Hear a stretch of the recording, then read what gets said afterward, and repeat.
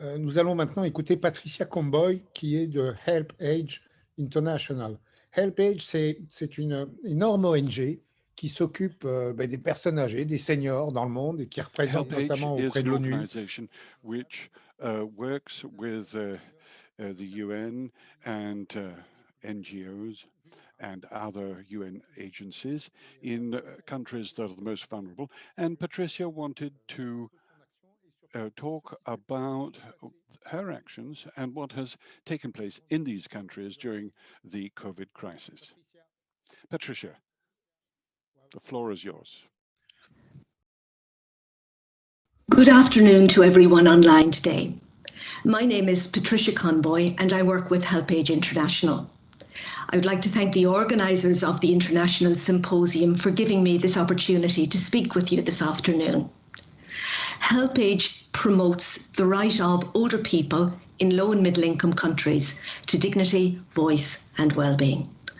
What I'm going to speak about today is older people's experience during the pandemic, identifying some of the challenges and some of the risks that older people faced in low and middle income countries, and looking at the global response to the pandemic with a particular focus on social protection. I would like to begin by sharing an idea with you. This is that people do not have a neutral view about older people, nor indeed do we have a neutral view about the process of ageing. Our views about many things, including ageing, are rooted in mental models or habits of thought. And these are beliefs and assumptions and ways that we take for granted of thinking about people and groups in society. The thing about these mental models, of course, is that they are invisible. We can't see them, but they do have a profound impact on policies, practice, and how we allocate resources and set priorities in our societies. And these mental models had a profound impact on the experience of older people during COVID-19. And this is what I'd like to speak a little bit more about now. People faced different kinds of risks during the pandemic. And from the early days, we were aware of the primary health risks in terms of very serious exposure to serious illness and to mortality rates amongst older people. But there were also and are also secondary impacts of the pandemic for older people. And these include the risks to their income security and food security.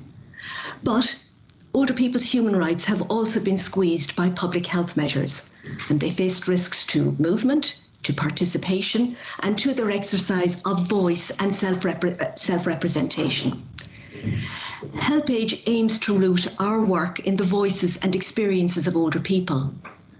With public health restrictions, we were concerned about the loss of opportunities for older people to have a public voice and to represent themselves directly to decision makers.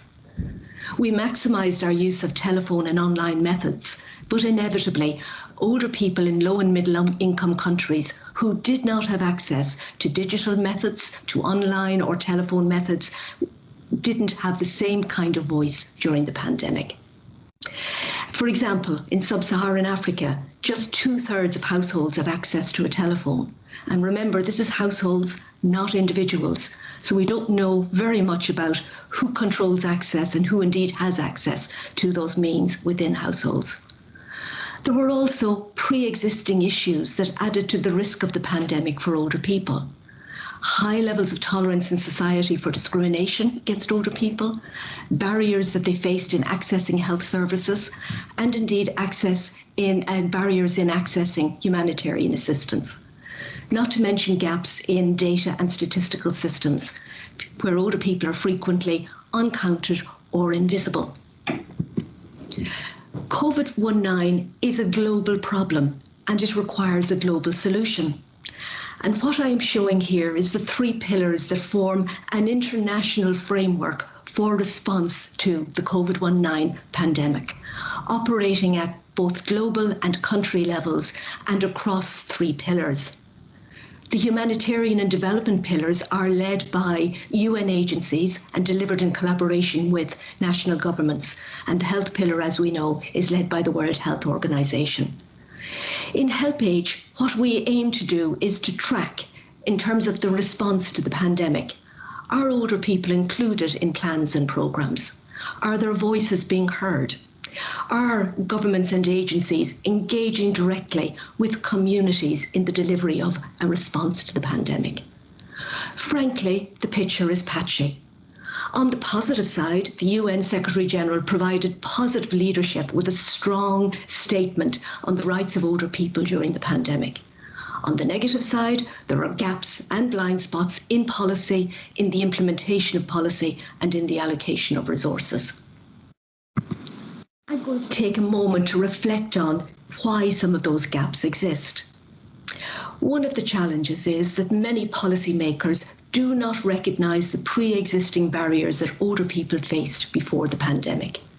For example, many older people suffer from pre-existing underlying health conditions. Before the pandemic, they already had difficulties accessing health services and appropriate care in low and middle income countries. With the pandemic, their health risks have increased, but development policy and practice has not yet caught up with the reality of those heightened risks to older people.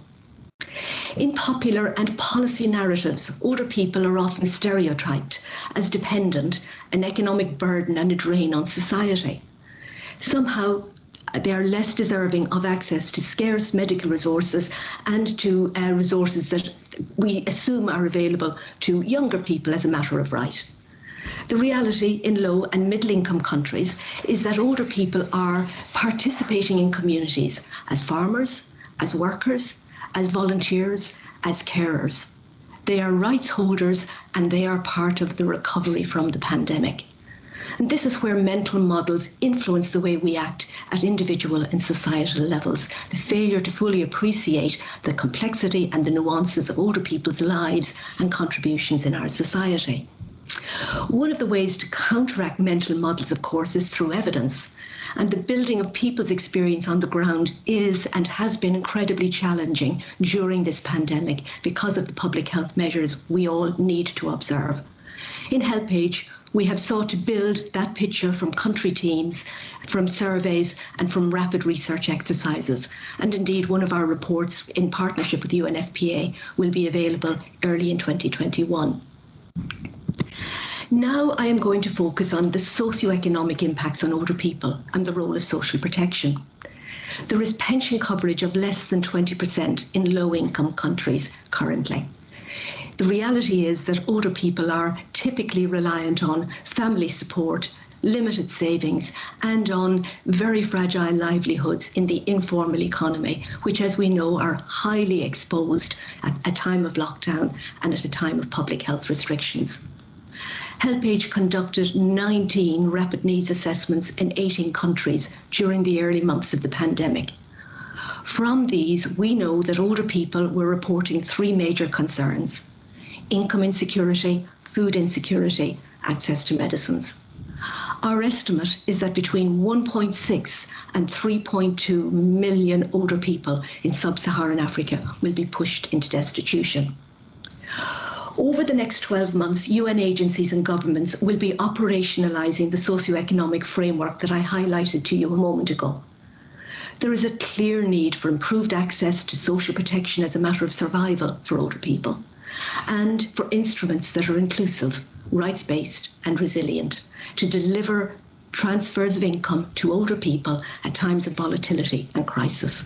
And I'll go on to speak a little bit more about experience during the pandemic. Social protection measures were indeed extended in low and middle income countries to support vulnerable populations. And these included broad-based emergency cash-based transfers during COVID-19. In HelpAge, we conducted a survey in 17 countries in August to shed light on older people's experience of those cash transfers and of accessing the schemes, and to explore potential challenges. There were problems, and older people were left behind. Problems included out-of-date registries, strict quotas, unreliable payment systems.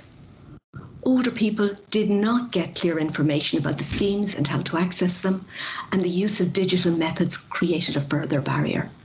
There was confusion about eligibility criteria and difficulties with access, including physical access and safety. There were clear lessons from the survey findings, and they highlighted the importance of consulting with local communities and older people's associations, of tailoring public messages and using multiple formats so that these messages are accessible to women and men, to people with low literacy levels, who speak in local languages and who may have sensory disabilities.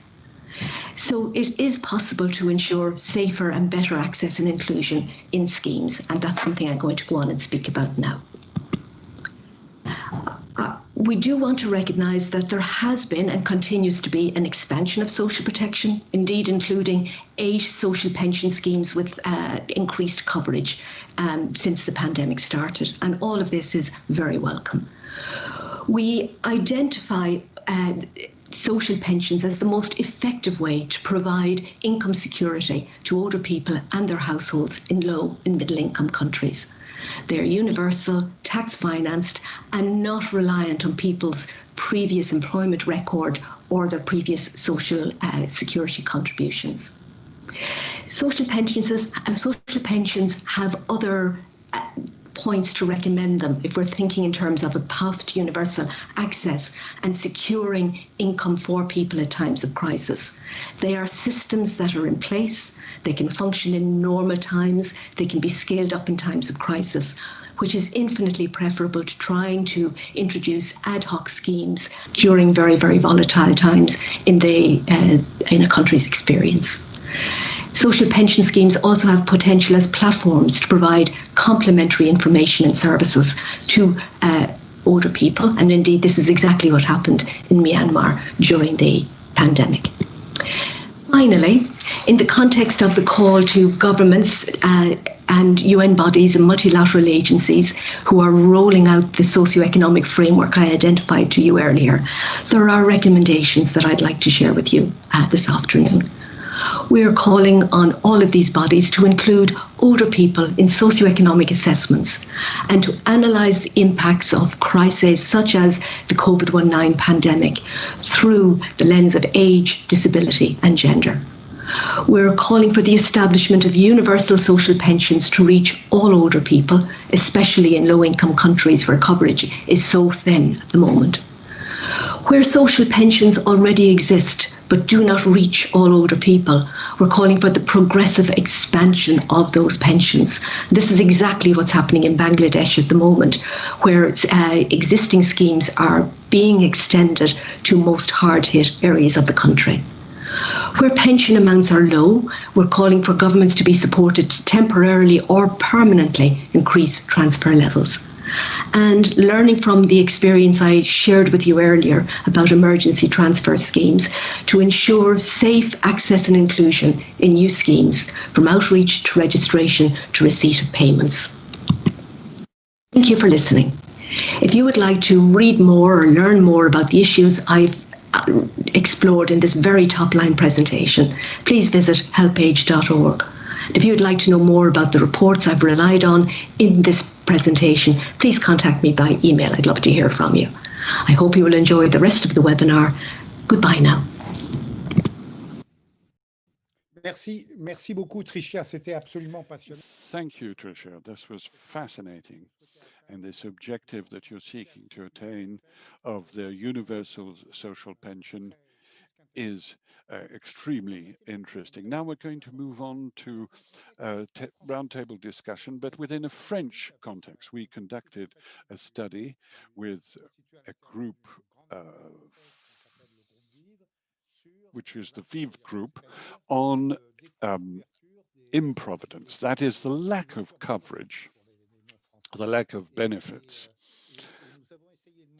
And we wanted to define or to measure this lack of benefits and the consequences this has for whole sectors of the economy, and at the same time the consequence this has on management of savings of households. Because if families are not properly protected against risks, catastrophes, therefore saving or cash remains the favorite form of savings for households, and we know what kind of problems this raises today within the our economies today. Patrick Hugon, the floor is yours. Hello, Patrick. So we're in the middle of the COVID crisis that has hit the insurance sector. You have decided to set up an observatory of improvidence, or let's say the lack of benefits. Could you explain what this concept is all about and what the observatory is employed in? Yes, hello, everybody. It is true that the Vive Group is stakeholder in improving well-being, and therefore the observatory is pertinent. And this lack of benefits, lack of providence, or lack of coverage is an ongoing issue at the moment, a problem. And an insurance company that is a major player in this sector, people might say, why are you talking about improvidence? It may be a sort of a paradox, that our expertise enables us to identify the risks that are ill covered and the absence of coverage and the lack of benefits that we see and all the consequences this has on people's lives. And at the same time, we are able to measure the problems for individuals to clearly identify this problem of lack of coverage. So the setting up of this observatory of the lack of coverage, instead of saying what is covered, what we're trying to express what is not covered and the consequences of this lack of coverage. And we find ourselves, therefore, in a situation where we're going to identify and reveal the consequences of lack of insurance or lack of coverage. And it makes it possible to objectivize, to describe situations at a societal level, but also at an individual level, at the individual person's level. So our research is part of a dual approach, an approach which is macroeconomic on the one hand, and it is an individual approach, and therefore microeconomic on the other hand. And the idea is to help an individual based on a brief, quick test to be able to identify or make a diagnosis, an appraisal of her situation, and to have a sort of score between 1 and 100 to be able to measure what the consequences of a lack of coverage are going to be for this individual person. Now, what is interesting to share as well today is the macroeconomic approach of studying this lack of prudential care. We get the feeling that it is something which is not well known by the public at large. There's no clear notion of what prudential coverage is all about, because we think, well, Social Security is there to provide coverage for us. But in fact, we have put the accent, stressed there's been a lot of insistence on health coverage. This is something that has led to all employees, salaried employees, should have health coverage. And people are focused a great deal also on retirement schemes, because there is also this question of retirement, which is a major issue. But there's not enough talk about benefits coverage or prudential coverage. And there are striking inequalities. There are differences between management and white collar and blue collar workers. There are significant differences between different size companies, people working in small companies or big companies. So different levels of coverage, and there's some companies that have very poor coverage.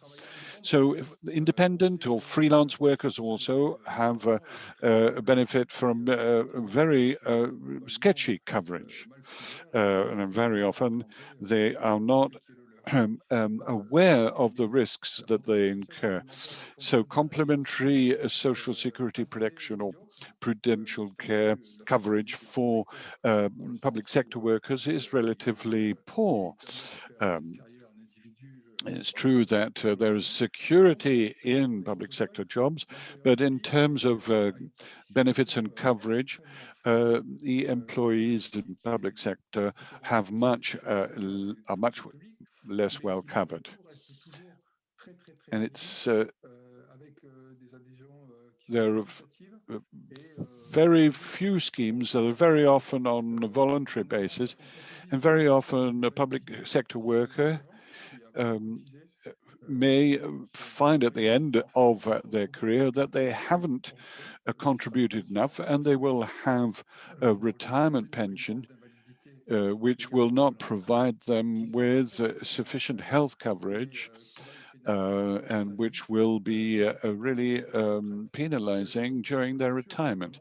So the coverage is very weak, that would deserve to be clearly identified. And that's why we decided to carry out this appraisal of benefits coverage for people and the financial consequences. So there are many inequalities that the crisis has revealed and accelerated, so to speak, and has increased a number of problems. There are problems on the part of the state because they have huge deficits and major challenges to take up. There are increases in unemployment and the need also to provide health coverage, better health coverage, because we realize that our system has not always been very efficient. And for companies, there are a number of sectors that are encountering major difficulties, and the priority will be to recover economic growth, and the companies are going to be much more engaged in financial considerations and less concerned about the coverage of their employees. So individuals are going to find themselves in difficulty, and we realized that the need for more benefits or better insurance coverage is increasing. So people tend to fall back on a number of tried and proven solutions. So our cost of improvidence or lack of coverage is a means of developing awareness of this problem. And in the spring of 2021, we will publish a report, and we will call the politicians and public authorities to attention and make them aware of these problems, bearing in mind that there is poor coverage in France, and thanks to our work as economists, thanks to the actuarians we work with, we have been able to demonstrate today that there is a lack of coverage, and there's a cost of improvidence which represents roughly 12 billion euros. So we're talking about substantial sums of money which have a huge impact. The 12 billion in question is very important, because this 12 billion is less income for people who are suffering from an accident or difficult situation. So they find themselves without sufficient revenue or financial support, and they cannot look after their families, they cannot help their children through school. It puts people into difficult situations because they cannot have access to a number of services, social digital services, which will enable to make society more productive and therefore generate more wealth. So individuals tend to overprotect themselves and to have a lot of savings so as to provide for these risks, and these savings are not productive or not used productively as investments in companies, because they're usually placed in life insurance or certain financial instruments that are particularly secure, but that do not really contribute to developing the economy. So we realize that the absence of good insurance coverage has a strong impact on the economy. So our research is aimed at modeling these notions, these concepts, based on the lack of complementary insurance coverage. And we've been able to categorize it or for different types of population, whether it be civil servants, or old age pensioners, people working in the private public sector. So it's really gives us the ability to describe what is the cost of lack of insurance coverage, complementary coverage for the population. And we can describe risk per risk, what is the cost of the lack of coverage in France. And the level of the risk, we've taken into account all the part of conventional risks that we know well, such as guarantee of income, guarantees in the case of death or of invalidity. But if we realize that if we want to protect the French population properly, we have to take on board other risks. I'm thinking particularly lack of independence, of autonomy. We know that one person out of three is affected by dependence or lack of autonomy, and this puts people in particularly difficult situations if they don't have coverage because they have extra incurred costs, for example, with home help and so on. And for 3/4 of people concerned are well above their are unaffordable for them. So we need to have much better complementary insurance coverage. And VIV is really advocating for taking into account this type of risk and to ensure that we can provide mutual support, mutual coverage. Also, there's the need to support handicapped or disabled children, because families who are in difficult situations with disabled children need support, and therefore carers, for example, are categories for whom there are a great deal of problems. They have to continue to work, have to look after their families, care for their relatives, and this represents a huge burden financially, but also mentally for people. So the cost of lack of coverage is something that we need to make the population aware of. Thank you for your attention. Merci beaucoup, Patrick. C'était vraiment Thank you very much, Patrick. It's a very important notion, and this article on the lack of complementary coverage will be put on our website. Now we're going to ask Frédéric Olivennes to come in. Frédéric Olivennes is the new general manager of the group Audiens. And Audiens in France is the organization provides complementary coverage for the performing arts, people in the performing arts. And he wanted to speak about this notion of well-being and to explain that culture is a provider of well-being. Frédéric, the floor is yours. So, general manager of the Audiens Group in charge of complementary coverage for people working in the performing arts. Now, this question of well-being and aging, you wanted to make a few comments. Yes, hello everybody. You invited me. Thank you very much for this invitation. It is true that when we became acquainted with your chair, transition, demographic and economic transition, we learned about the many the great deal of research conducted on aging. And the three main factors are, of course, health, having an active social life, but also to continue to learn. And we immediately thought, I was thinking of my dear mother who asked me if she was concerned by all these aspects. But I also thought about, well, it doesn't only concern elderly persons, and I think these factors that you mentioned are pertinent, relevant for people of all ages, not just elderly people.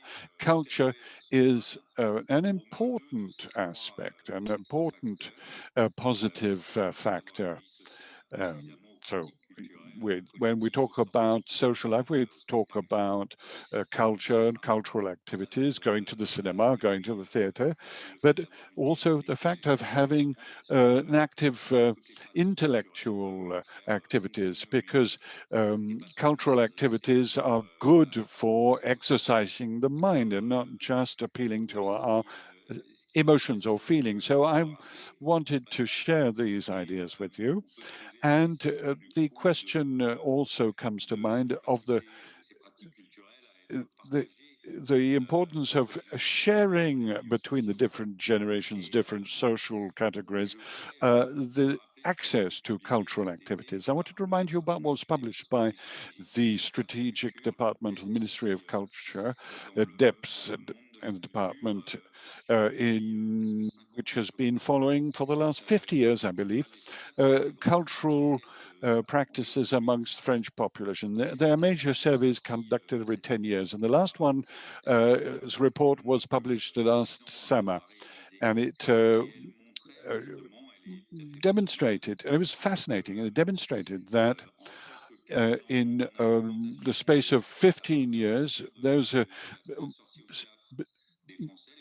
people went 16%, 21% more to the theater, and 49 to 63% increase in the number of people who'd been once to the cinema. So we can see that there's cultural activities are becoming much more widespread throughout society, and therefore are very good for people's well-being.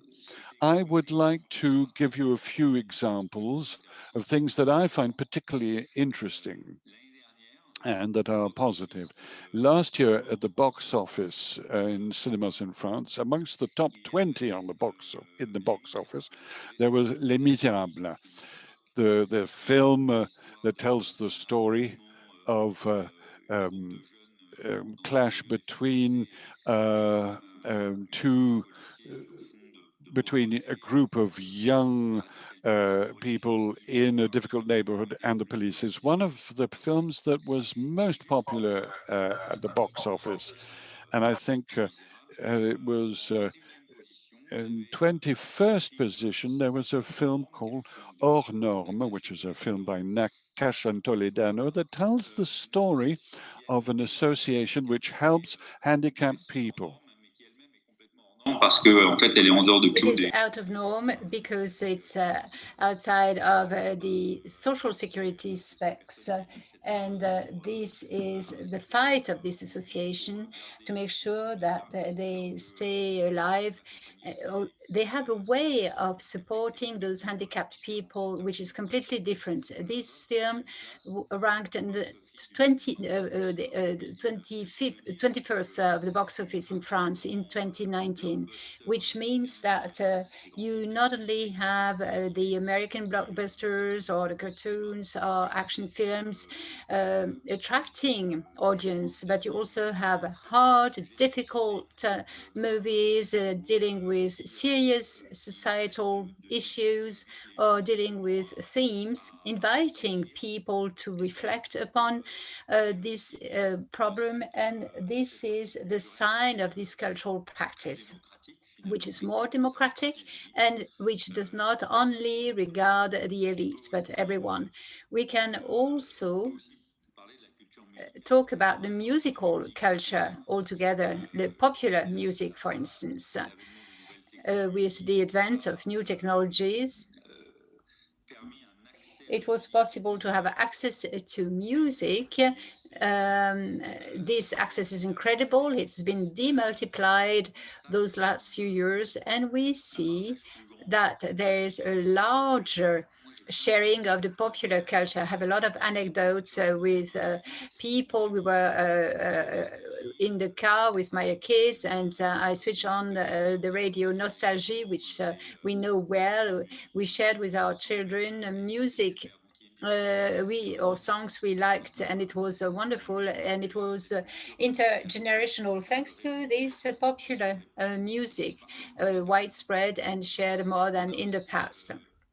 We also have something quite interesting, something even exciting with the series, the TV series. As you know, one of the biggest success stories on Netflix is The Queen's Gambit.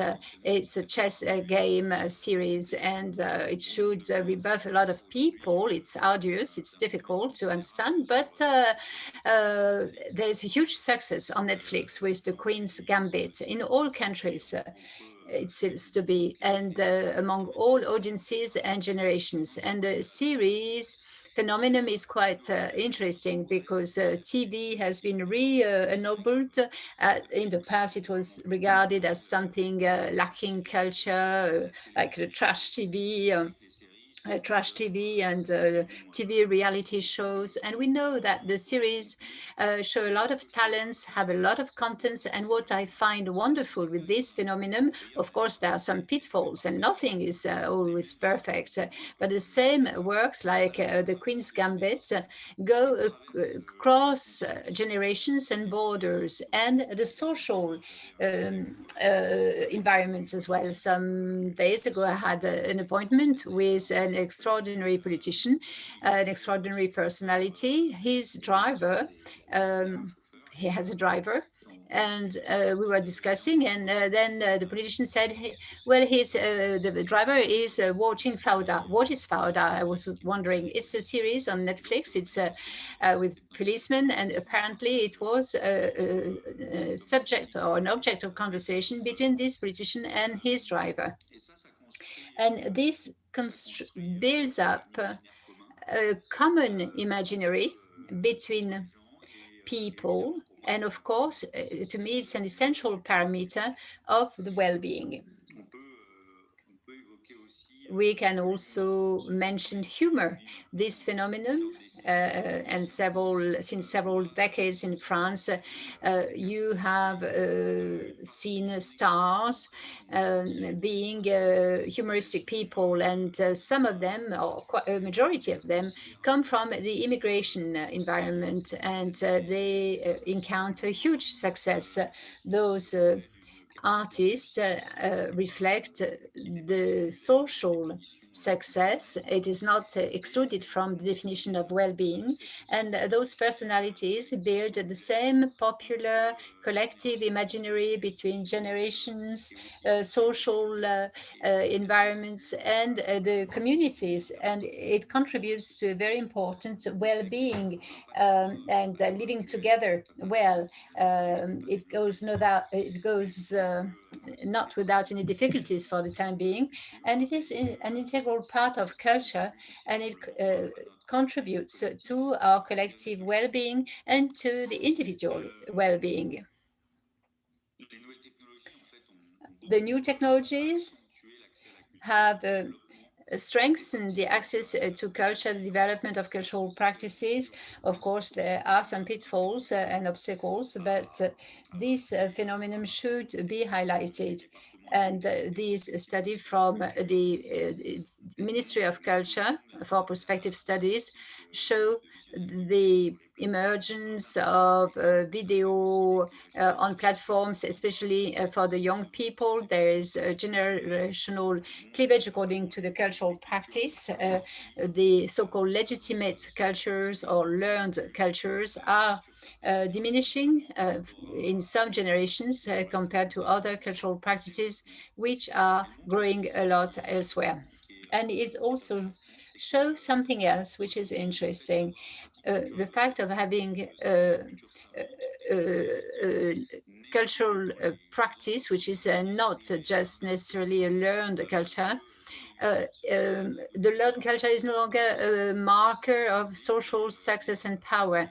Only the people working in among civil servants regard the fact that to have a cultural practice around the legitimate cultures are regarded as a marker of their success, professional success. So the situation is changing. Cleavages become bigger. However, we can say that the democratization of culture is growing. It's never perfect, of course, but I think that the cultural agents or players deploy huge efforts to attract people to the theaters, to operas, to concert halls in order to have an audience not necessarily familiar with this type of practices, and the elderly as well. A lot is being done for the elderly from a cultural point of view. We have to welcome this. We are not in a situation which is ideal, of course, no, far from that. And the wonderful story told by Elective Keshish, l'esquive, which means evasion, is not widespread everywhere in our suburbs. However, it's a progress, and we can count on culture and on the various forms of cultural practices to contribute to well-being. That's what I wanted to share with you. And we do hope, of course, that the consequences of the health crisis and the closure of the theater and so on and cultural rooms will the theaters are going to reopen, and the movie theaters as well. It is absolutely essential because in 2020 we are deprived of culture. The fact that we're not able to go to the theater or to the movie theater or to a concert hall or to the opera is a factor of ill-being. And we know very well that during this lockdown period, the television, radio, music have contributed to helping people better support those privation of freedom. And to finish, I wanted to tell you that we hope that we'll no longer see those incredible pictures or images showing in the supermarkets remaining open, the bookshelves surrounded with sellotapes that were cut off from the public, from the audience. This is absurd, and I do hope that this is not going to be replicated ever. That's what I wanted to share with you today.